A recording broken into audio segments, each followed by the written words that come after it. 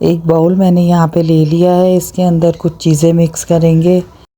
मैं एक ही कप से सारी चीज़ें मैयर करूँगी। 1 कप सूजी ली है, साथ ही 1 कप नारियल का बुरादा, या आप कह सकते हैं कि नारियल जो बिल्कुल बारीक कश किया हुआ आता है, आसानी से मार्केट में अवेलेबल है।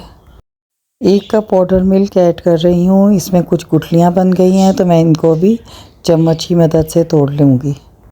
अगर आप पहले छान ले तो बेहतर रहेगा। यहाँ पे मैंने कंटेनर से निकाला तो इसके अंदर कुछ गुठलियाँ थी। बहरहाल मैंने चम्मच की मदद से सारी गुठलियों को तोड़ लूँगी। अब इसमें 1 कप चीनी डालेंगे। जो चीनी मैंने ऐड की है ये कम दानेदार है। ये मैंने पिसी हुई इस्तेमाल नहीं की, बल्कि इसको ऐसा ही इसमें इस्तेमाल किया है। इन सब इंग्रेडिएंट्स को इस बाउल में अच्छी तरह मिक्स कर लेंगे। ये आप देख सकती हैं कि इवनली मिक्स हो गया और इसमें अब कोई गुठली भी नहीं है। यहाँ पर मैंने एक कढ़ाई चूल्हे पर रखी है। आंच मेरी लो मीडियम है। 1 कप घी उसी नाप से मैंने इस कढ़ाई के अंदर डाल दिया है। अब इसको लो मीडियम फ्लेम पर गरम करेंगे। बस घी गरम होने पर हमने बाउल में जो ड्राई इंग्रेडिएंट मिक्स किए थे उनको इसमें ऐड कर देंगे।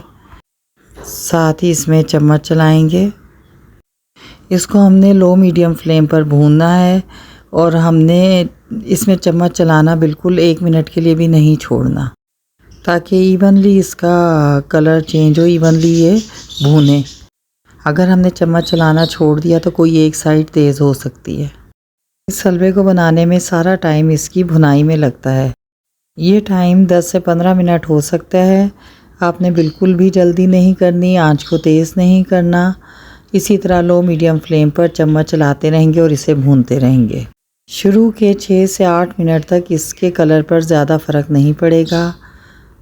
इसके बाद जब इसका कलर चेंज होना शुरू होगा तो 3 से 4 मिनट या 5 मिनट में ये भुन जाएगा और साथ ही इसका कलर भी डार्क हो जाएगा।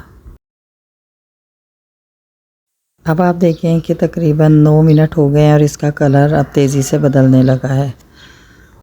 बस अगले 3, 4 या 5 मिनट में इसका कलर डार्क हो जाएगा। हमने चम्मच चलाना बिल्कुल भी नहीं छोड़ना और ये भी ख्याल रखना है कि आंच को बिल्कुल भी तेज़ ना करें। मैं आपको 4 मिनट के बाद दिखाती हूँ इसकी पोजीशन। आप देख सकती हैं कि इसका कलर ख़ासा डार्क हो गया है। बस यहाँ पर मैं इसमें 1 कप दूध शामिल करूँगी। फ्रेश मिल्क मैंने इस्तेमाल किया है और नाप मेरा वही कप है जिससे मैंने सारी चीज़ें ली हैं। आप देख रही हैं कि दूध डलने के बाद ये असेंबल होना शुरू हो गया है और चम्मच के साथ साथ मूव कर रहा है। तो बस बिल्कुल भी ज़्यादा नहीं पकाना, बल्कि 1 से 2 मिनट टाइम देकर आप इसे यहाँ पे पकाएं। अगर आपने ज़्यादा पकाया तो ये जमना शुरू हो जाएगा। तो बस 2 मिनट पकाने के बाद इसे डिश आउट कर लेते हैं। ड्राई फ्रूट से मैंने इसे डेकोरेट कर दिया है और आप अगर इसका बाइट लेकर देखें तो आपको अंदाज़ा होगा कि इसका टेस्ट इतना ज़बरदस्त है कि आप इसे दावतों में भी सर्व कर सकते हैं। यहाँ पर मैं शुक्रिया अदा करूँगी अपनी उन बहन का जिनसे मैंने ये रेसिपी ली, कि मेरे घर में भी जितनी दफ़ा ये बनता है सब लोग इसकी तारीफ़ कर कर के इसको खाते हैं। एक दफ़ा ज़रूर ट्राई करें। रेसिपी पसंद आए तो चैनल को सब्सक्राइब कर दें, वीडियो को लाइक शेयर करना मत भूलें। मिलते हैं एक नई रेसिपी के साथ नई वीडियो में। अल्लाह हाफ़िज़।